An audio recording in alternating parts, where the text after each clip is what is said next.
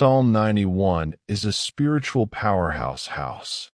It is like a spiritual armor whenever we feel low or fear and darkness.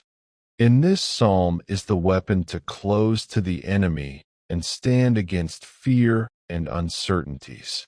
This psalm is equipped with strong declarations of God's power and faithfulness. This psalm empowers faith by reminding you of God's promises of rescue and salvation. It's like a boost to your spiritual confidence. May Psalm 91 quiet your thoughts and bring peaceful sleep, trusting in God's protection. Psalm 91. You who dwell in the shelter of the Most High, you rest in the shadow of the Almighty. You find refuge under His wings, and His faithfulness is a shield around you.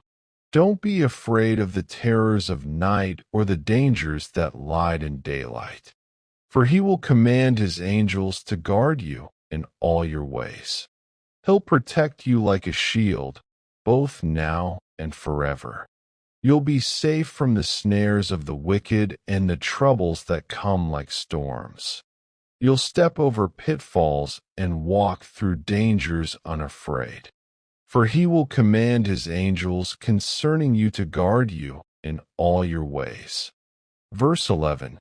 You'll call on Him, and He'll answer you. He'll be with you in trouble, and He'll rescue you. He'll satisfy you with long life and show you His salvation. A short reflection. Psalm 91 is like a warm hug from God. It's a reminder of His protection and care in every step we take. Psalm 91. He who dwells in the shelter of the Most High will rest in the shadow of the Almighty. You will say to the Lord, my refuge and my fortress, my God, in whom I trust.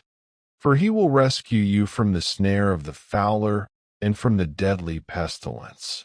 He will cover you with His feathers, and under His wings you will find refuge. His faithfulness will be your shield and rampart.